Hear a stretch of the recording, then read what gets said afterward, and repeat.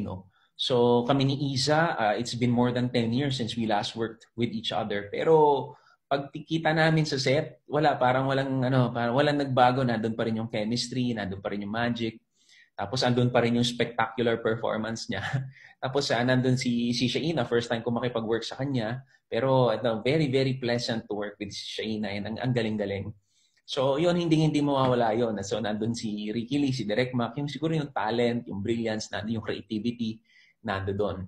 Mas mabilis na ngayon, tsaka mas pwede kang magkamali kasi hindi na siya film. dati. Masasayangan ka sa rolyo. Oo, masasayangan ka sa rolyo eh. Tapos dapat maximum take 1 ka.